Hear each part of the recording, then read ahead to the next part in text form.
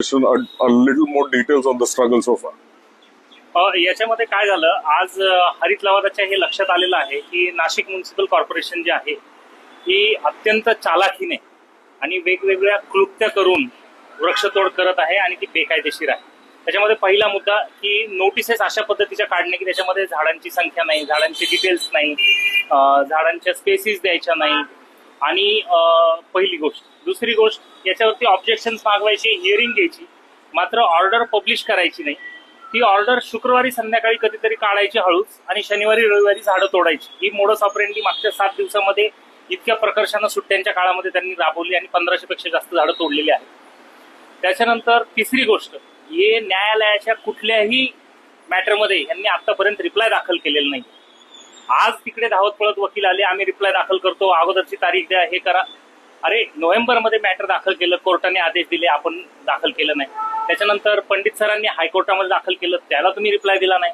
त्याच्यानंतर अश्विनी भट यांनी दाखल केलं, त्याला तुम्ही रिप्लाय देत नाही. रोहन देशपांडेंनी दाखल केलं, त्यांना तुम्ही रिप्लाय देत नाही. आणि आता तुम्हाला स्टे मिळाला की लगेच 7 दिवसातच करायचंय, 8 दिवसातच करायचंय. ही जी मोडस ऑपरेंडी आहे, हीच मोडस ऑपरेंडी मान्य हरित लवादाच्या आज लक्षात आलेली आहे. आणि त्यामुळं एकही झाड तोडण्यापासून त्यांना आज प्रोहिबिट केलेलं आहे मान्य हरित लवादाच्या आदेशानं. आणि ही नाशिककरांसाठी आणि पर्यावरण प्रेमींसाठी एक आनंदाची वार्ता आहे. आम्ही या निर्णयाचं स्वागत करतो आणि आता तरी आम्ही प्रशासनाला विनंती करतो की आम्ही खूप वेळा तुम्हाला अप्रोच केलं आहे, खूप वेळा तुम्हाला विनंत्या केल्या आहेत आणि वारंवार कोर्टानं तुम्हाला सांगितलेलं आहे की इन अकॉर्डन्स विथ लॉ तुम्ही जे काय करायचं ते करा. पण लॉ म्हणजे अशा पद्धतीनं कायदा हातात घेऊन आणि पाहिजे तशा ऑर्डर करून तुम्हाला वाटेल तसे आदेश म्हणजे कायद्याला अपेक्षित नाहीये.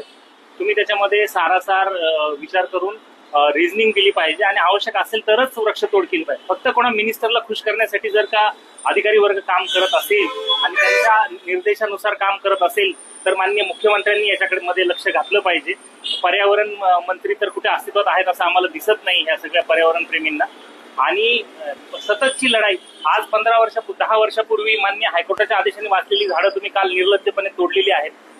हेच का राज्य, म्हणजे हेच कायद्याचं राज्य आहे का? आणि हेच कुंभमेळ्याचं उद्दिष्ट आहे का की तुम्ही फंड आणायचे आणि तुमच्या इन्फ्रास्ट्रक्चर डेव्हलपमेंटच्या नावाखालच्या डेव्हलपमेंटला तुम्ही अशा पद्धतीनं वृक्षतोड करायची? आज अक्षरशः हरित लवादानं पण याच्यावरती खेद व्यक्त केला की तुम्ही एवढी झाडं तोडताय आणि त्याला साधुग्राम आणि तपोवन आणि कुंभमेळ्याचं नाव देताय आणि त्याचे कारण देताय. ही अत्यंत खेदजनक गोष्ट आहे. संपूर्ण अधिकारी वर्गानी आणि राज्यकर्त्यांनी ह्या गोष्टीकडे फार गांभीर्यानं बघितलं पाहिजे.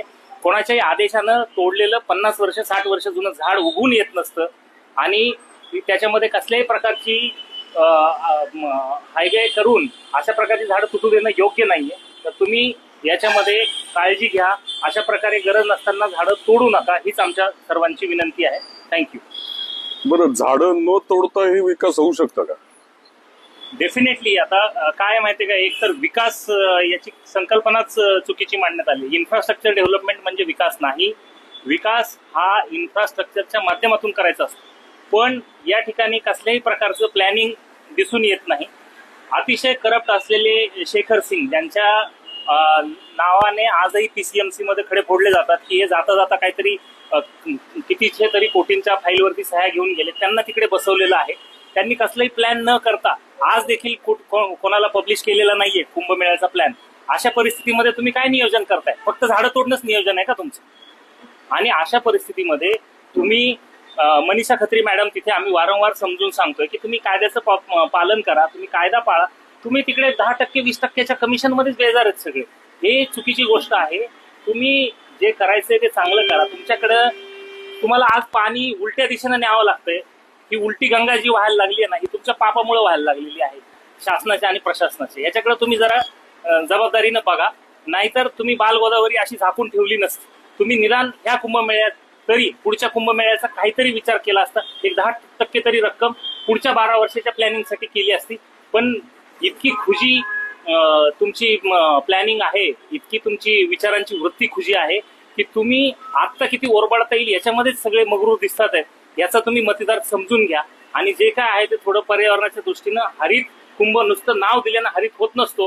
ही वृक्षतोड थांबवा, नाहीतर आम्ही जे जे शक्य ते सगळं करणार आहोत हे निश्चित लक्षात ठेवा. थँक्यू.